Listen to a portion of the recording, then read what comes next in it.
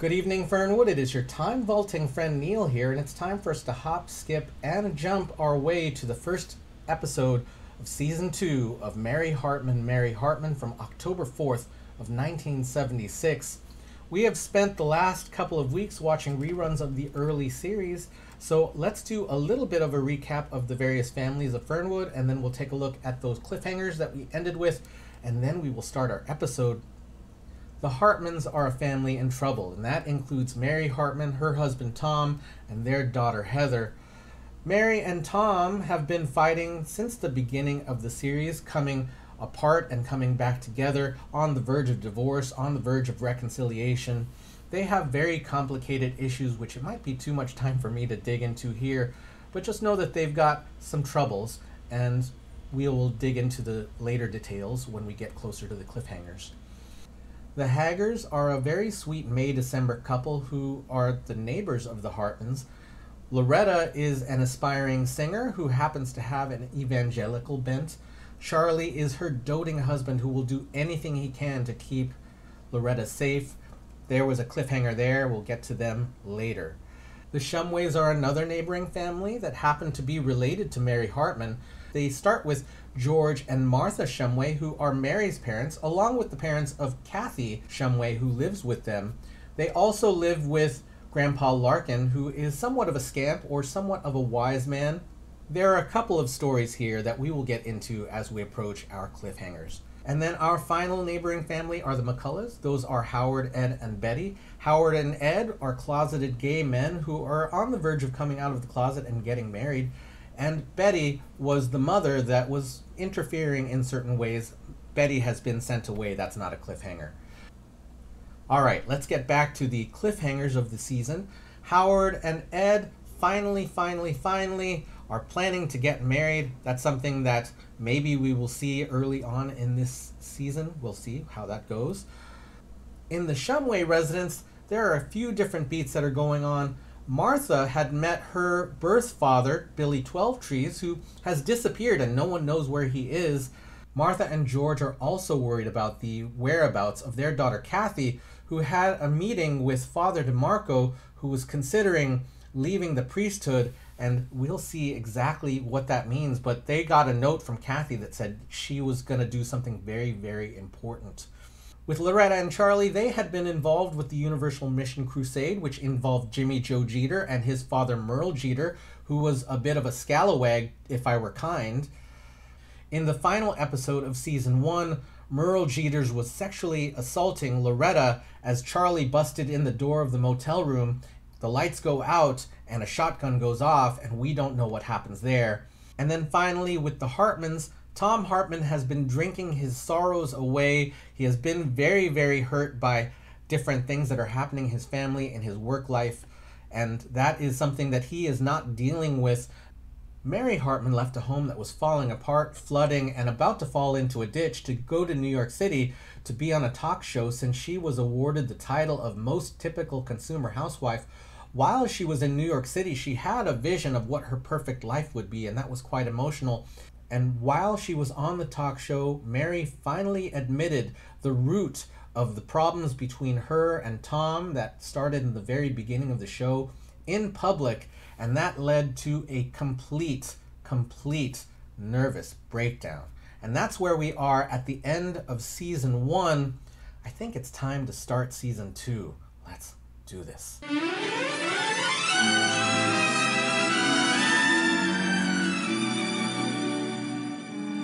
Mary Hartman! Mary Hartman!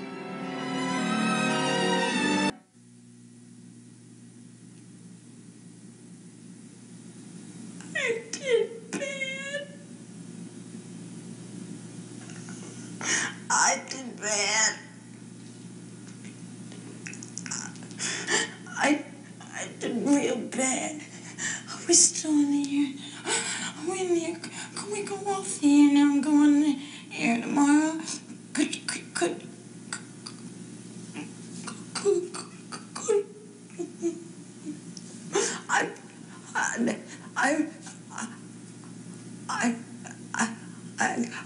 Please, would you go? I'm so sorry. I don't know. I don't know. I don't... Mr. Ackerman? Oh, excuse me. I didn't realize you were watching the tape of Mary Hartman's breakdown on the David Susskind show again. I can't get enough of it. Is she beautiful? And just think, she's all ours. Ours? Mary Hartman? Mary Hartman. Mrs. Gimbel, the entire country is watching Fernwood Psychiatric. In all my years as administrator here, we have never treated anyone with Mary Hartman's appeal and visibility. It's a wonderful opportunity for our facility, for our staff, for our budget. How is she? Dr. Williams hasn't seen her yet. He's on his way now down to the day room. Oh, these just came from David Susskind. From David Susskind? My God, we've come a long way. I'll take them to her myself. Mr. Ackerman, please. She's still quite, withdrawn. She'll have plenty of time to adjust. Plenty of time. The world will see us taking good care of Mary Hartman. Won't it?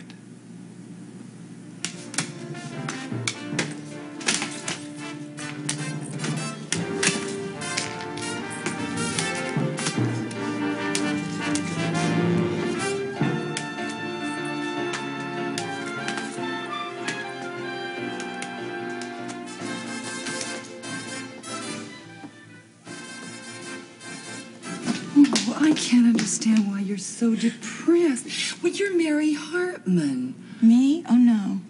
Mary Hartman? No. Oh, I thought so. You are a snob. I'm not a snob. I'm a certified lunatic. Look, where did you get the nerve to have your breakdown on the David Susskind show? What? Well, don't you understand what you've done? Why, you've revolutionized the whole business of breakdowns.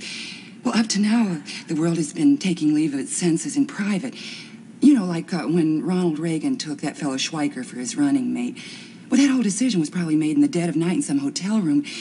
But you were out there in public in front of everybody. Well, you have pioneered the way for an entire new type of nervous breakdown on national television.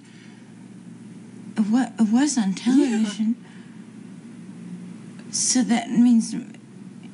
It was acceptable, right? Yes. Because if it's not acceptable, it's not on the air, right? Were the ratings good? Oh, Mr. Ackerman said the overnights were sensational. Oh. A breakdown's respectable?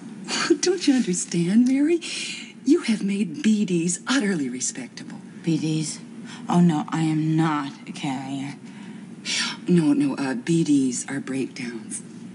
Oh. In fact, you have made BDs so respectable that I wouldn't be surprised if Harry Reisner did it next.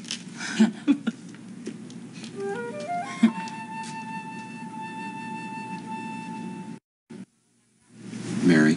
I'm not Mary. I'm a Scarlet Bugler, which is not to be confused with Scarlett O'Hara. And frankly, my dear, I don't give a damn. I know you're worried about your family. My family? Let's see.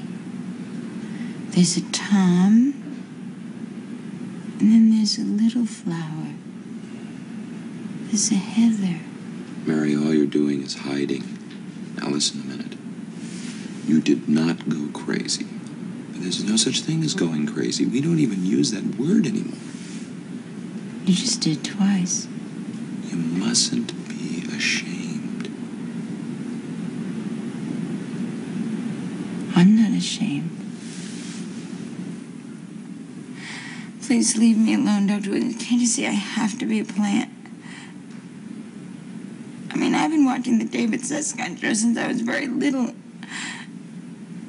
And I've seen him talking to hookers and alcoholics and transvestites and prisoners and dope addicts and also the most awful, disgusting disgusting, horrible people I've ever met.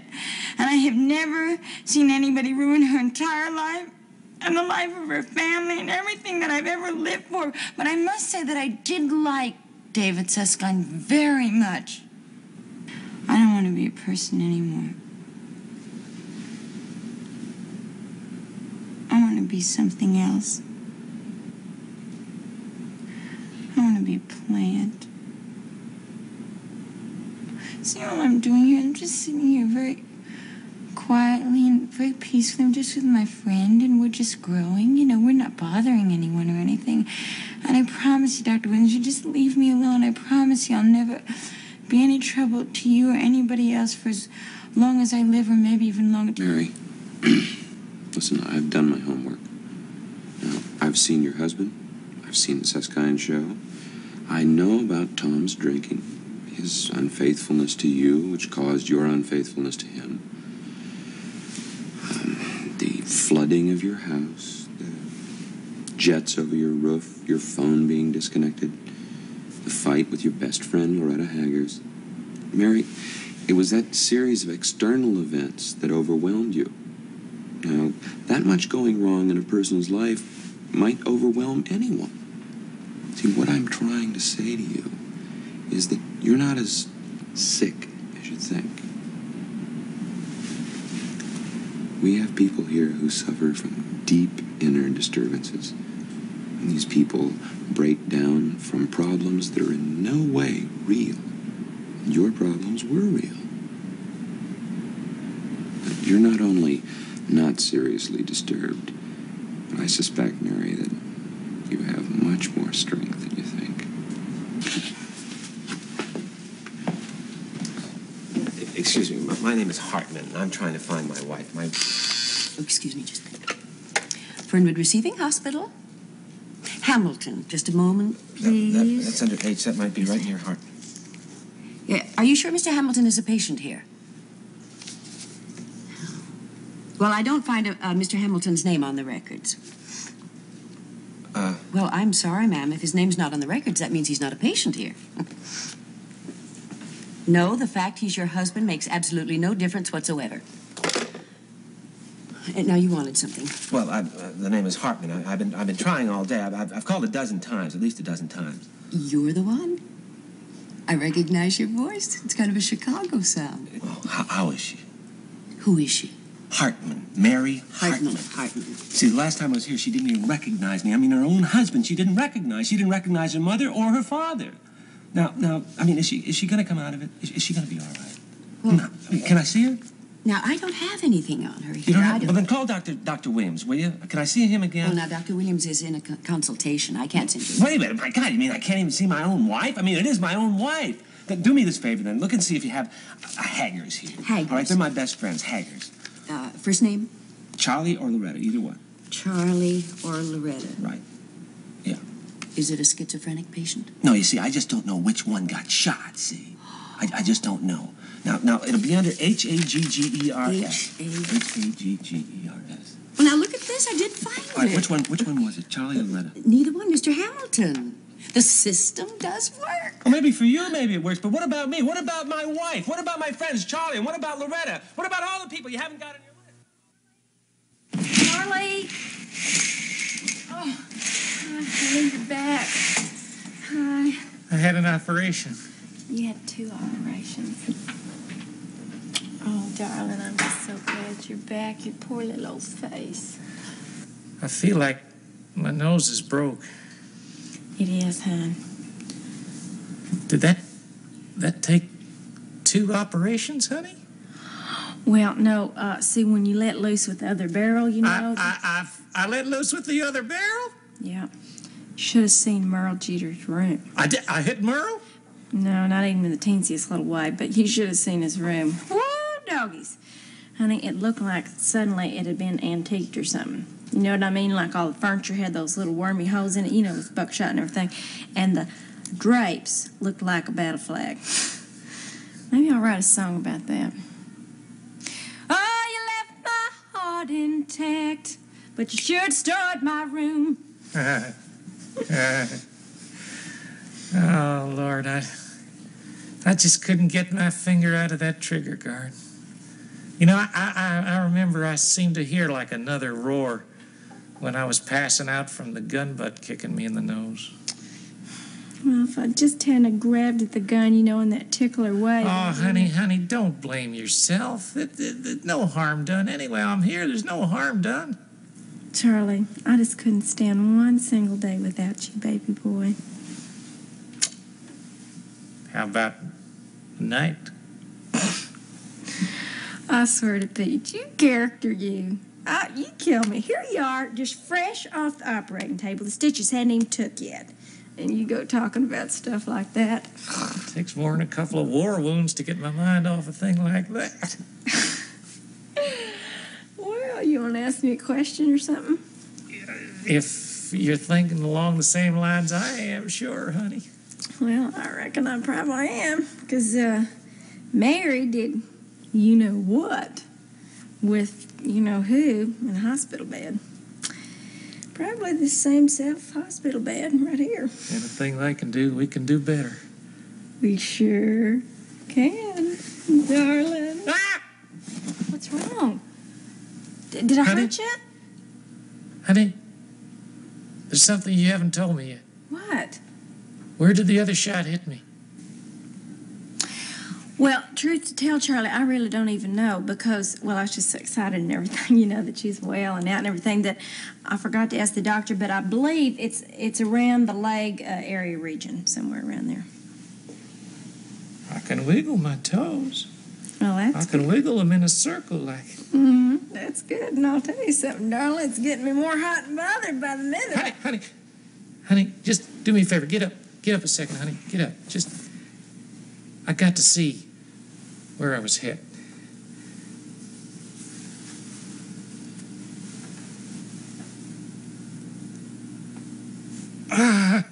It's no use. I can't see. I can't sit up. You know something, Charlie? I really think we just should let the doctor tend to this. No, honey. I'd like to know. Honey, I gotta know. Honey, I tell you what. You take a look. You tell me where I've been hit. Go on, take a look. No, Charlie, I don't think it's down so, there somewhere. No, go on, honey. I don't think the doctor You take a look, honey, please, just for me. Take a look. It's down there somewhere. Just go ahead. Well, all right. Okay.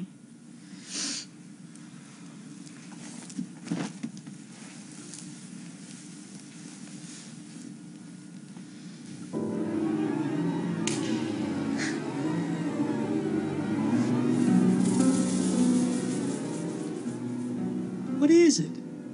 What is it? Charlie, I have never in all my born days seen... What? What? So much bandage.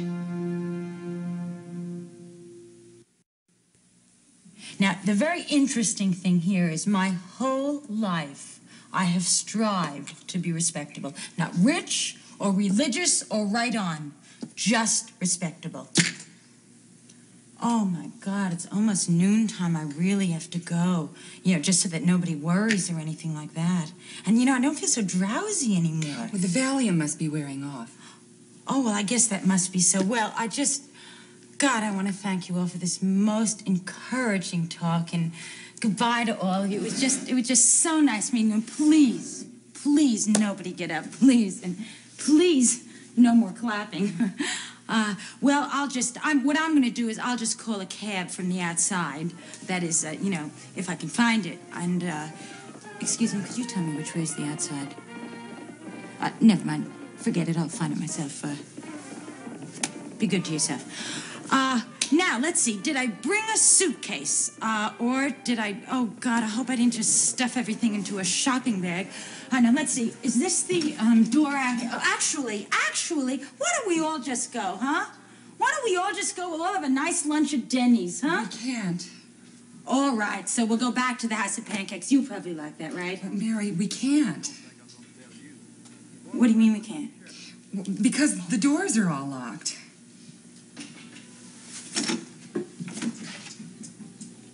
Why are the doors locked? What do you mean the doors are locked? Well, because this is an institution. Oh, no, but listen, I need to get out of here. I mean, I have to get out of here. I got to get out of here. I mean, I have my husband, I have my daughter. Mary, you can't get out this way. But Well, then which way? The key. Someone must have the key. Mary, listen to me. Now, Nurse Gimble is going to be here precisely at noon for her checkup, and you have got to act normal or you'll never get out of here. Never. Normal? Well, how do you do that? I don't know how to act. Moral? I'm never moral. No, I said normal. Oh, normal. Well, just tell me, what do I do? What should I do? Well, just sit there and watch television. Watch television? Well, what do you mean? You mean like if I just sit like him and I watch television, they're going to think I'm normal? Yes, they seem to think it's very important to just sit there and stare at the television set. You mean they like that. They won't just think I'm... No, catatonic? No. They'll just think you're normal. Okay, I'll do it. Hello, Nurse Gimble. How am I doing? Perfect. Can I go home now? No. 4.5 minutes now, Reggie. Make sure your uncle can't see you from the window. Can't. Wrong side of the train.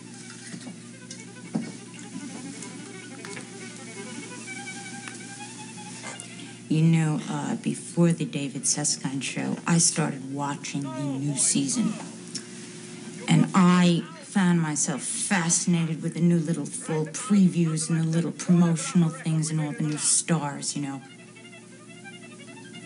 I mean, television, it is just such a remarkable thing. You know what one of the nice things is about television? Nobody dies.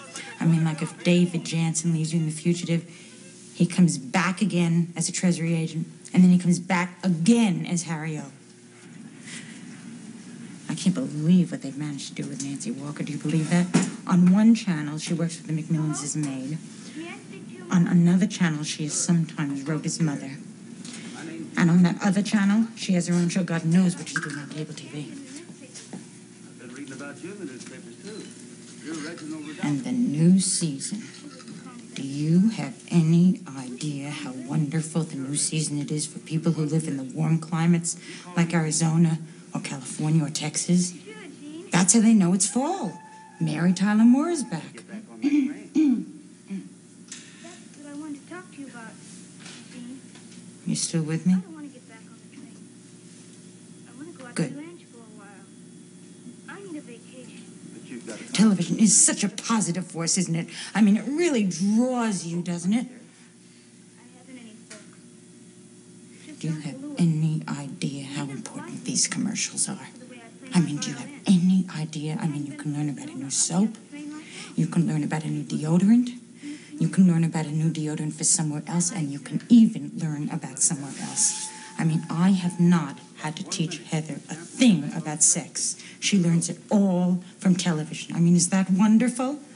So just when you're beginning to get interested in something on television, they interrupt it with something better, an educational commercial. But you know what I really think is wonderful about Mary? this? These lovely flowers were sent to you from David Susskind, and with a lovely card. Oh, yes, well, I'm sure they're just beautiful. I would really love to stop and read the card now, but I'm just so busy watching television. Well, I'll just set them down here for you by the TV. She really ought to turn her collar down. Don't you think she'd be much more attractive? Not as old as your violin. Do you enjoy television, Mrs. Hartman? Oh, yes, I do. Just so very, very much. How do you like the new season? Oh, well, that is just the very best. Not for $500,000. Could I go home now? It's just so my family won't be broken, don't you see? It's just that, see, my family and I, we're a set, you know? We're not supposed to come apart or anything like that. Please, I promise I will watch all the prime time shows, and I will even watch all the important local ones. Mary, I am sure Dr. Williams will have you back safe in your wonderful home just as soon as he feels you can handle it. We are all here to help you get well. Mr. Drayton, it's time for your new medication. Listen, if there's anything there you feel I should have, you know, it'll be, let it pass.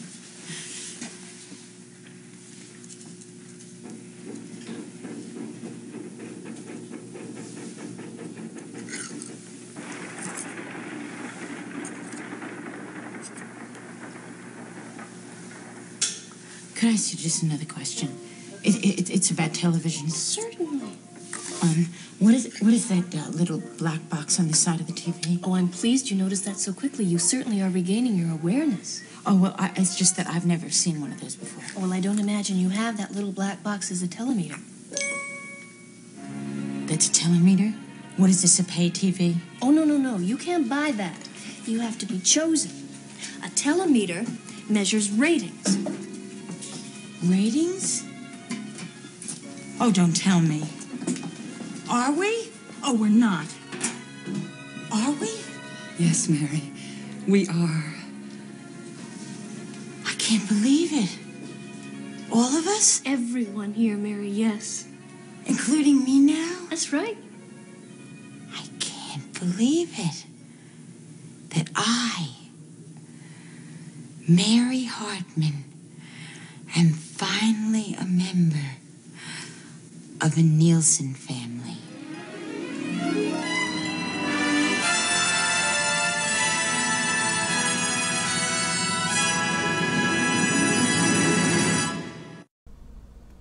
Well, here we are. Wowie wow. We have a bunch of new characters to talk to or find out about. I don't know how long they're going to last, but Mary is in a psych ward. We have Mr. Ackerman, who seems to want to take advantage of the fact that Mary is under his care. And maybe that's a bit greasy. It's not maybe. Yes, that's a bit greasy. Then I don't remember the nurse's name, but she seemed to wonder about that motive there. Then we actually see Mary in the ward. I might be jumping ahead, but Mary seems to believe that she's a plant. And at the start of this episode, she's in complete denial, which is something that Mary did a lot in season 1. She really had pretty deep denial of all of the problems that were going on most of the time. There were very occasional exceptions when Mary would say things out loud, and often when she did, it led to trouble. I wish that Mary had a place to say the things that she was feeling that wasn't a fight with Tom. They do have problems, but that's not part of this episode. But Mary thinks that she's a plant, at least in the first half of this episode. And it made me think, because Martha loves talking to plants, that might be a way of reaching Mary. I don't think by the end of the episode Mary feels that she's a plant anymore, so I don't think that's actually going to be a plot point, but it seemed like a really interesting way to bring in a character quirk from one of our other supporting characters and using it in a plot way. Anyway, we have another doctor who was played by, I think that was Howard Hessman. Someone confirmed that. And he says that Mary really doesn't have an illness, that she is basically overwhelmed, and that's what led to her breakdown. BD, that's another term that one of the other patients brought up. But the doctor thinks that Mary doesn't really have a medical issue or a medical psychological issue. And I'm not sure if anxiety disorders were recognized in the 1970s. I think if I were to look at Mary from my very distant mental health lens, I think she might have an anxiety disorder. That's me giving a diagnosis, and I'm certainly no medical professional or mental health professional, so take it as you will. But Mary Hartman, as far as the doctor is concerned, does not have a medical mental health concern. So, she doesn't have a real problem, as the doctor says. And he's somewhat encouraging to Mary, and that, I think, is maybe the turn around for Mary in this episode. Then we cut over to the hospital. Tom wants to know where Mary is and cannot find her. He doesn't appear drunk, and he's well put together. He's not looking like a hobo like he was at the end of last season. So I think maybe he's started to make amends. That was a question, whether he would still be drinking at this point. I'm glad that he didn't appear drunk today. But maybe having a crisis situation has straightened Tom out just a smidge. And then we cut to another room in the hospital with Loretta and Charlie. And I do love how affectionate they are. And I'm glad that no one was murdered at the end of last season. And it appears that even though there are still affectionate elements in their relationship, that there's some kind of injury that Charlie has received. Of course, he got his nose broken from getting the shotgun to his face, but the butt to his face. But apparently there are a lot of bandages, so it's a bit of a mystery exactly how damaged Charlie is, but he was not ready to have the sex just now. And then we come into Act 4, which is Mary wanting to leave, and the other patients encouraging her to act normal while she was there so she could get out. And she doesn't, because she's Mary. And again, she's trying to fill silence with noise, with talking. She could just watch the show, but she feels the need to say things out loud. Not always true things, but, you know, Mary will say things, but usually they're there to fill space. She doesn't necessarily talk about truth most of the time, but she acknowledges that she has family, that she wants to get back to them. I think she still wants to be in a normal family. I think she still wants to be normal. And we end the episode with the announcement that Mary Hartman is finally a Nielsen family. And if you don't know what the Nielsen families were, I don't know if they still even use that metric nowadays, but the Nielsen families were families who were sent a box by the Nielsen Corporation. They were the families that were responsible for the ratings of various TV shows. So the little box on the TV would register what shows were being watched, what networks were being watched. That gave the networks a statistic that they could use to say which shows were popular and which were not. And that was kind of a big deal back then, because ratings are always king when it comes to television. There was a little bit of meta going on here as people in the hospital continue to ask about the next season, how they like the next season, and that is maybe not so meta, but it's clear that it's an intentional meta reference. I don't know if it necessarily says anything about where the show is going, but it was amusing. So everyone, that is the start of season 2 of Mary Hartman, Mary Hartman. If you didn't catch my Mary Hartman iron-on that I have added to this lovely t-shirt, I had to get it. Thank you so much for taking that hop, skip, and jump with me. I very much appreciate all of the lovely thoughts and comments you have about the series. As long as they are nice, I will respond nicely to you. Again, I'm glad that you're here, and we will see you tomorrow night in Fernwood.